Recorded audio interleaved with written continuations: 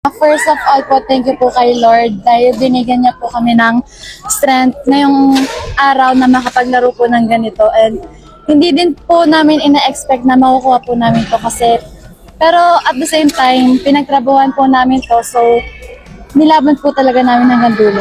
Ako po, masaya po, pero hindi naman po namin to makukuha kung hindi dahil kay Lord. And tinraining po din namin to ng maayos and pinag-igihan po talaga namin sa training.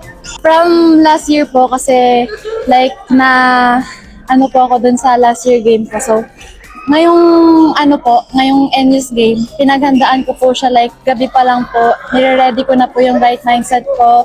Like nagme-meditation din po kasi kami. So meditation pa lang po, dun na po kami nag-start na i-ready po yung mind namin.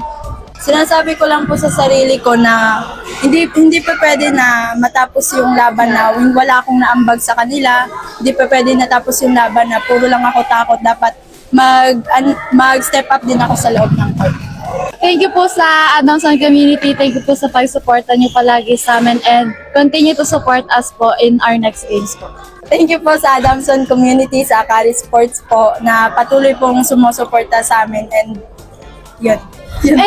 And thank you din po pala sa coaches namin, kay Coach Yude, kay Coach Wayne, kay Coach JC, kay Coach Mix, Coach Mel Gonsalvo, si Ella po, si PT Grace, kay Kuya, and sa parents din po namin.